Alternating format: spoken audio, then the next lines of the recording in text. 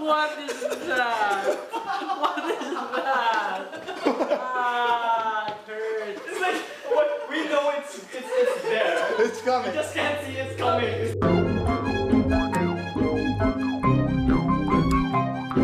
Hello everybody and welcome to the Filipino Freethinkers podcast that's also a video. I'm Red. I'm Pepe. I'm Margie. I'm Pisha. And before anything else, we'd like to remind you, if you haven't already, please donate to Red Cross or any of the other charities. Here's a link to some information on how you can help, where to donate, and stuff like that. So our two topics for this episode is number one, the misunderstanding of science as it relates to the typhoon, and criticism in times of crisis. Should we criticize less or more? So let's jump into the first one, which is why we're wearing these hats, because what we're going to talk about is a conspiracy theory. So I guess Big tin. yeah, the tinfoil hats are coming off. So tell us about this as our resident science advocacy director. Like, what do you think of this phenomenon, or just the general idea of microwaves being able to generate typhoons the size of Yolanda? Well, as soon as I heard this conspiracy theory, I thought of it as silly. It is silly. And like these hats. Yeah, like these which hats. we're putting away for now. Yes. So they're silly to the degree that you shouldn't even expend much effort to try to debunk them, because of course people who subscribe to these conspiracy theories apparently or obviously don't have, the ability to critically think, and that's just sad. What's even more disappointing though, and what made me react to this conspiracy theory going viral, is that it was recently given airtime in Philippine media.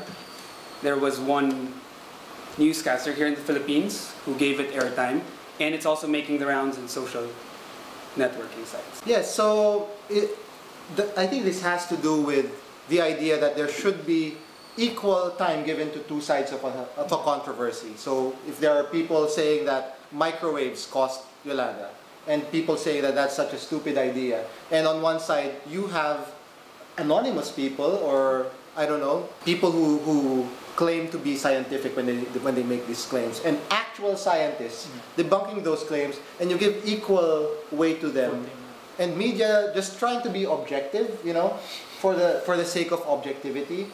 What do you think of this? Well, I think that we should try and raise the bar for scientific literacy in order to make sure that the media does not give in to these calls for objectivity, which actually are not calls for objectivity. They're just calls for airtime, and they should be, when we raise the scientific literacy of a population, we expect that these things do not get as much publicity, because from right off the bat, when you see this idea, you're able to see the holes in it and dismiss it immediately. So you guys want to go into the detail of the theory that was presented? Okay, let's hear it. For people who haven't read about it, I don't know much about it. Tell us. Someone recently posted a video showing that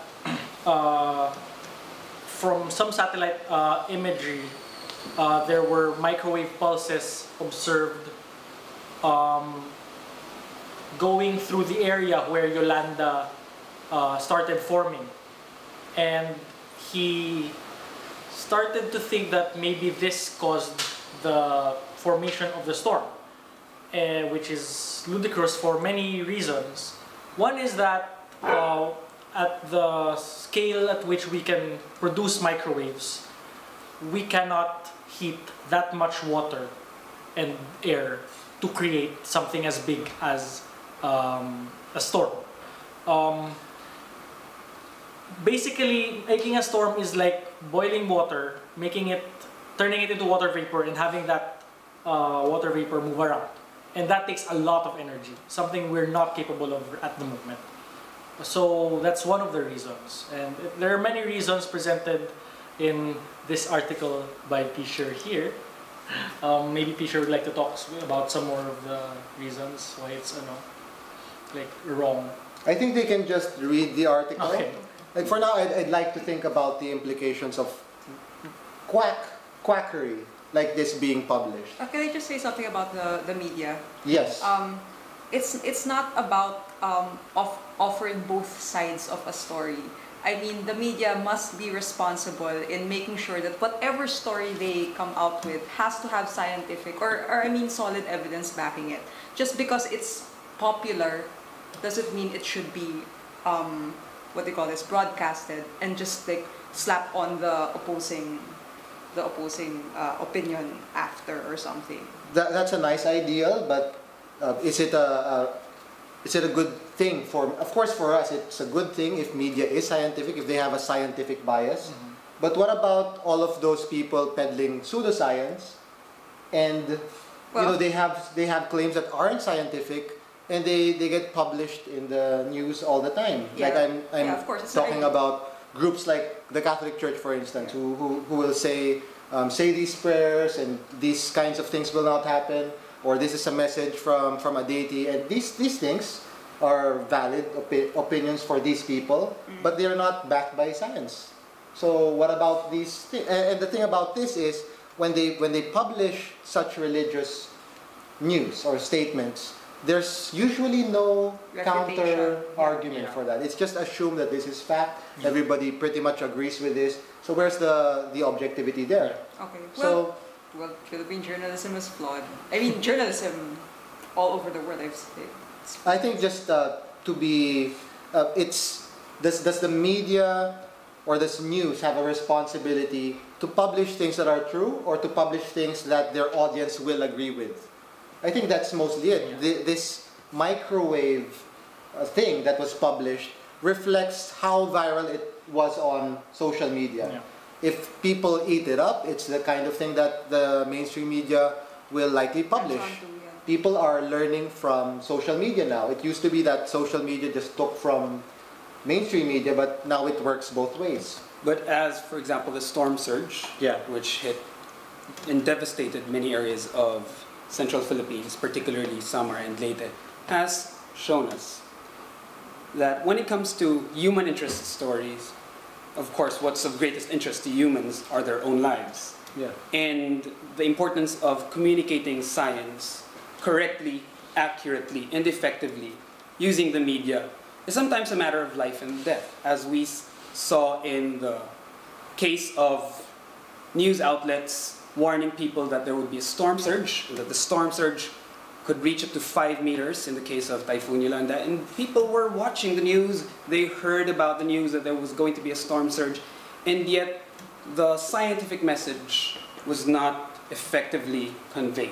Yeah. So this shows that it's really necessary for media to convey stories accurately, especially when it comes to science. Yeah, I think so. It's not enough that people were warned, and I'm sure they were warned about storm surges, but it wasn't illustrated clearly enough. Now that won't happen ever. When people say storm surges, they'll remember Yolanda, and people will be afraid. They will know to stay away from the coastlines, and they will be better prepared now. But for other things, for other potential tragedies, we should take this as a lesson that science should be respected, given more credibility. Like scientists, whenever they make statements, should be featured on the news as much, or I think even more than priests when they speak. Indeed, certainly. I think science will have a big role to play when we prepare for such tragedies or any other potential For tragedies. disasters. For disasters. Yes. Our hope is that the next natural disaster won't be as much of a tragedy as Yolanda. And what's also important is not just the content, the scientific accuracy of the message that they're trying to convey. There's also the fact that the way you present it. Because the way this microwave story is presented is just a bunch of words usually. When you watch interviews in the media, people just mention or throw microwave pulse and then typhoon in the same sentence as if that was already a valid explanation. And I think something similar happened when it came to the storm surge. People just mentioned the word storm surge. They didn't know that, as Richard Feynman noted, a noted physicist Richard Feynman said, that knowing the name of something is a far cry from knowing what it is. And people were just mentioning the name storm surge. News anchors just said storm surge without actually explaining to the people what a storm surge meant. And actually many people heard the word storm surge without knowing that it's actually very, very destructive, and that most of the casualties and the damages in any typhoon is usually caused by storm surges. So I'm reminded of the term, when literacy, there's literacy, like understanding that these words out of context mean certain things, and there's effective literacy, or maybe it's called something else, when you can use those words to convey ideas very clearly. So our next topic is criticism in times of crisis. As we did in the previous topic, we have just criticized the idea that microwaves can cause such a huge weather disturbances such as Yolanda. And that's a criticism that I hope a lot of our audience, or even people who don't usually watch our shows, that it's an idea that people will support. Criticism of non-scientific and obviously false things. But what if we criticize something that's inspirational? Like something like, check out this article that I wrote. There was an image on social media going around that the CNN said so many good things about the Filipino people, and that we're such a strong country that the strongest typhoon in the world was a privilege for us to have received. So I simply put in the article that it wasn't a statement made by the CNN, it was just a comment made by Dudsk001 on that post by CNN. And I got a lot of negative reactions on this post. And it seems that whenever you criticize something that is intended as inspirational or uplifting, you will get criticized back. You will be told things such as, this is not the time for criticism, this is the time for unity, this is the time to work together. So just, it's sort of like, instead of criticizing, just shut up and help. So I want to talk about this, because sometimes there is no harm in spreading, inspirational things. But in others, like, those things about the belief, about microwaves, who knows what kind of actions, what kinds of actions people will take because of believing those things. So let's talk about that. What do you think? Is it a valid thing to not criticize as much, or to withhold criticism during times of crisis? The weight of criticism, as other people receive it, has a lot to do with how it was delivered. So I really don't think we should tone down with the amount of criticism we dish out, but we could be a little more, tactful or sensitive with the way we deliver it, but definitely not be silenced. Like, freedom is always the freedom of dissenters. If you're scared to criticize, that's a dangerous thing, no matter what the situation, because it's always been a tool that has been used for oppression. For oppression. When people are told to don't criticize, just do this. Don't criticize, just do it. And they stop you from thinking critically. Yeah. That's how armies are formed and whole populations are oppressed and horrible things happen. So of course I'm not saying that these people who tell us not to be critical during times of crisis have that intention, but it's still not a healthy thing to do, to suppress criticism just because it is criticism. You should address criticism critically, in the same way. Yeah. I don't even understand why it has to be an either-or thing, that either you have to be supportive or you have to be critical. I can be supportive and critique certain things about the situation and make it like a form of my support, because I want to make things better. I want to make sure that we're doing things in the best way possible. And the only way to do that sometimes is to critique the current situation. It's not that I'm critiquing it just to make everyone miserable and not do anything. I'm critiquing because I want change to happen, and that's how I want to show my solidarity. Yes, I'm really interested by what Margie said, because it relates to this. Many people want us to simply help, right, without criticizing. That basically leads to complacency with this overpraise of resilience. This makes us reactionary, right? We merely react to all the tragedies and all the disasters that come our way. Whereas if we criticize, if we think critically, it's really interesting that critical thinking and criticism have that same root word there. If we think critically and therefore criticize, this allows us and this gives us the power not merely to react to the next natural catastrophe, it allows us to, in fact, prevent the tragedies and the deaths that could arise from it. So while we are helping, it's really good that we're helping, we also criticize. So that in the future, what we want is that this won't happen again. We simply can't say that we Filipinos are resilient. Whatever natural catastrophe and whatever disasters come our way, we can take it. We're a hardy people. That won't work. Because of course, millions will die in the end if we simply react to every natural catastrophe. We have to be prepared for it. And the only way to be prepared for it is to look at the things that we did not do correctly, the failures that we have. For example, we look at the lack of communication or the slowness in the reaction of the government for this disaster. Or we could look at the way that the relief goods are not distributed well and evenly across the areas that were devastated. When we criticize, we want things to improve now and especially for the future. Yeah, I think this relates to a kind of positive thinking that people want to force themselves to have during times of crisis. I think there's a merit in negative thinking, or really just toning down the positive thinking and looking at things as they are. Mm-hmm. You know, messages like the Filipino spirit is waterproof,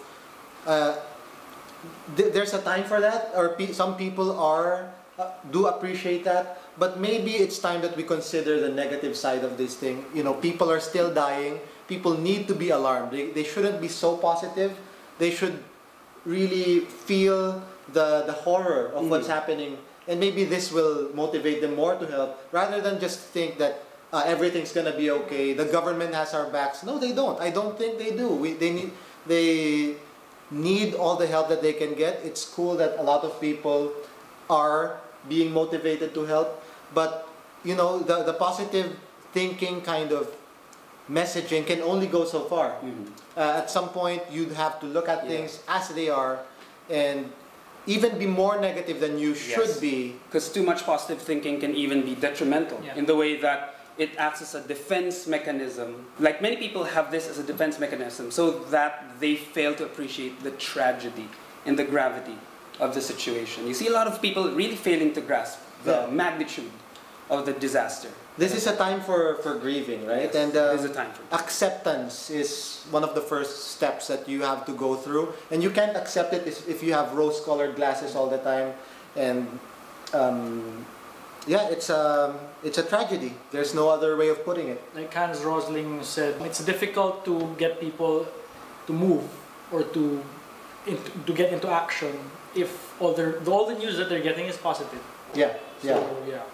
It's important to look at the negative. But can you go too far? Like, people are very critical of, in particular, our government or our president, right? Some people are using this as an opportunity to air out their grievances, not related to the tragedy. And I think, you know, there is a place for everything. You know, we're not saying, of course, that just because it's criticism, it should be taken uncritically. Of course, any criticism deserves to be criticized with as much critical thinking as the critical thinking that brought about the criticism. So, and if you guys have any criticisms of your own, or if you want to send them to us. Yeah, and if you want to hear more criticisms from us, we're going to have a fundraiser. We're going to have an FF fundraiser during a web show that's happening on Saturday. The details will be posted on this link. We'll be discussing things as usual, but this time you will get a chance to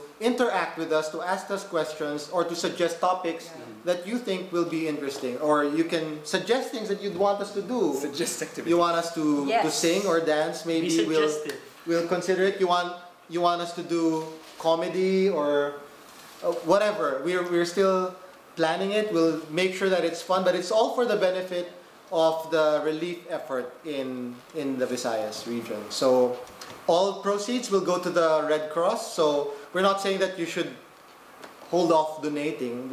You could donate, of course, as early as now, but you could also donate when the thing happens on Saturday. So thank you so much for watching this episode, and see you on Saturday. Saturday.